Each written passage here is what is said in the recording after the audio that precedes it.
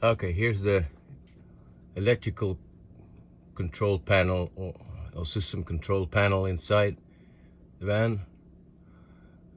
Here we can, first of all, we can see from this green light here that we have 220 volts connected to the van, so it's receiving external power, and therefore everything, all the sockets and everything inside the van work. Without that, we would only have the 12-volt system from the internal battery of the car, or the van. There's a separate battery for the entertainment and such here, and we can check the level here. You see that's the indicator, and now it's indicating full charge. So that's the switch where we can check it. And this battery, it's underneath the co-pilot seat, so to speak, and it will be charged by the solar panel all the time.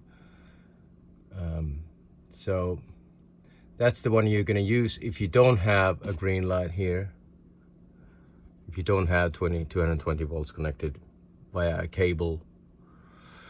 But with this 12-volt system, you can still run the fridge, for instance, and via using an inverter, you can use some like cell phone chargers and things like that, so you can manage it a little bit without 220 volts.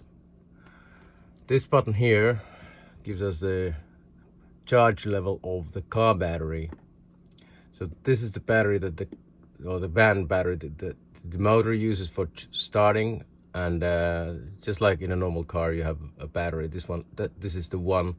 So this is separate from the fun battery, as we call it. So even if you run that fun battery down or empty, you still have normal charge here, or hopefully you should have normal charge here in the car battery or the van battery. This is the indicator for that, and when you get the amber light here, it means that you have a problem, but now it's gone, obviously.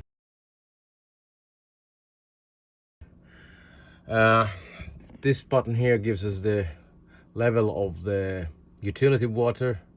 So this is the water that comes out of the tap, and you can use it for showering, and that's giving us now the full water level in there. This water is not for drinking. And then this one here will light up when the wastewater tank is full. So then you need to go to an approved wastewater flushing or emptying spot. The camping sites have those, for instance. So you can't empty the wastewater just anywhere. And this one here just controls the light dimming of the lights, this button. And this one also controls some external lights. This is an important, well, starting from the top here, this is this master switch. So if you switch that off, all power will be cut off. This thing, if that's off, we don't get any 12 volts from the system, so they're basically the same thing. We don't have any power. This one is important if you want to have a shower, if you want to have water out of the tap. If you don't have this on, nothing comes out. So if you don't have any water coming out of the tap, that's probably why. So you just switch that on, and then you're good.